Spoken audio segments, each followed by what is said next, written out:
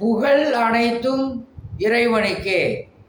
உலகத்தை படைத்து அதை சுத்தவிட்டு அதில் இருந்து காற்றுகளை உருவாக்கி மனிதர்களுக்கு சுவாசிக்க வைக்கக்கூடிய வல்ல இறைவனை போற்றி புகழ்ந்து நமது தலைவர் நபி ஸல்லல்லாஹு அலைஹி வஸல்லம் அவர்களுடைய துவா பரக்கத்தினாலும் ஃபேஸ்புக், யூடியூப், இன்ஸ்டாகிராம் நண்பர்களுக்கு அஸ்ஸலாமு அலைக்கும் வரஹ்மத்துல்லாஹி வபரகாத்துஹு.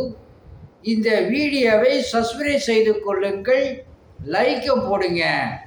அல்லாஹ் சுப்ஹானஹு வ தஆலா உங்களுக்கு சகல விதமான பாக்கியங்களை கொடுப்பானா.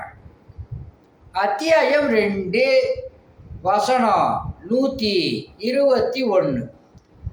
யாருக்கு நம் வேதத்தை கொடுத்தோமோ அவர்கள் அதை எவ்வாறு ஓதிட வேண்டுமோ அவ்வாறு ஓதுகிறார்கள். அவர்கள் தாம் அதன் மேல் நம்பிக்கை கொள்வார்கள்.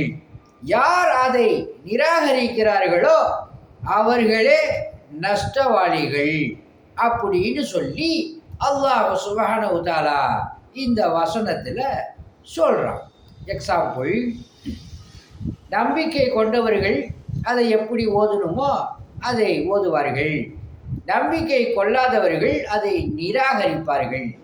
நிராகரிக்கக்கூடியவர்களுக்கு நஷ்டவாளிகள் அப்படின்னு சொல்லி அல்லாஹ் சுப்ஹானஹு வ தஆலா இந்த வசனத்தில் சொல்கிறான்.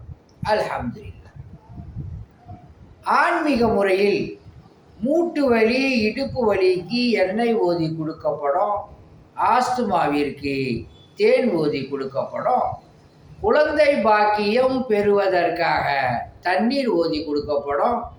அல்லாஹ்வுடைய மாபெரும் கிருபையை கொண்டு சரியாகும். அல்ஹம்துலில்லாஹ். உங்களிடம் விடை பெறுவது மன்சூர் அலி ஜக்கரியா தம்ரான். அஸ்ஸலாமு அலைக்கும்.